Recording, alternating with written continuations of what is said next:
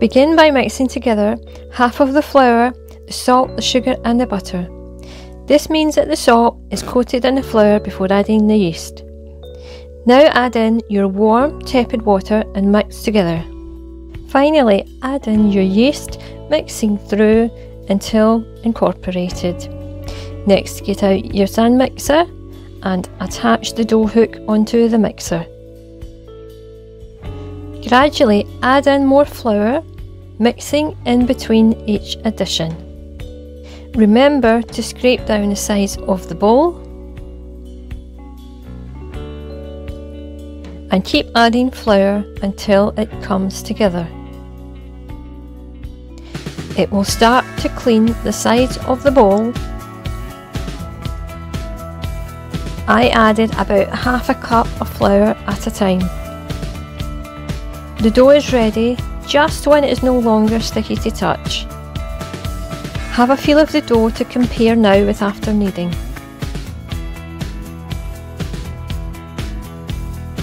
Knead by machine for 8 minutes or 10 minutes if kneading by hand.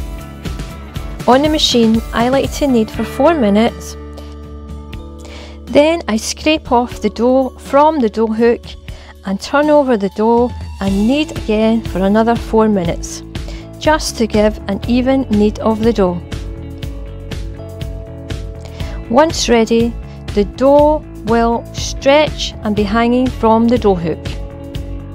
It will be visibly softer looking now, so have a feel of the dough and then form into a ball, placing it into an oiled large bowl.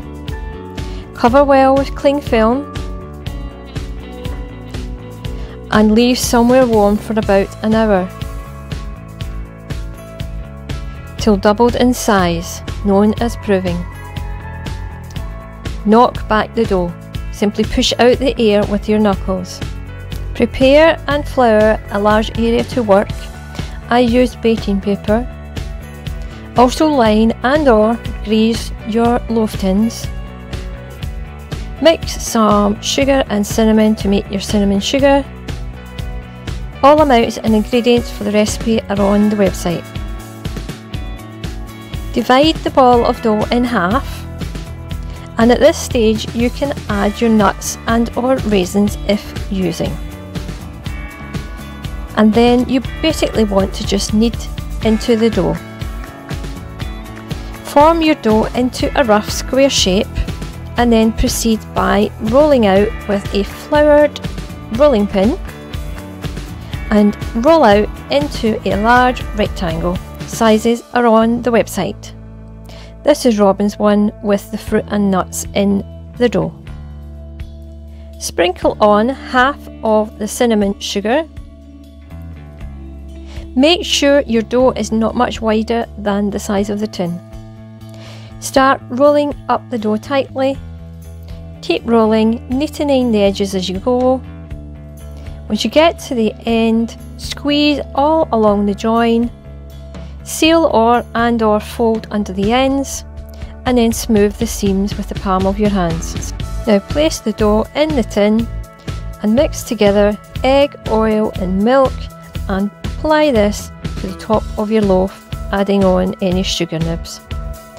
As an alternative, I rolled one of the dough out longer and I then added on the dried fruit on top of the sugar and proceeded to roll up tightly, neatening the ends and sealing the joins just as before placing in the tin, egg washing and adding lots and lots of sugar nibs.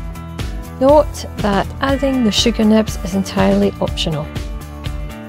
I then left it to rise for a second proof, 30 to 40 minutes, and baked it for 25 to 35 minutes, covering in between if needed.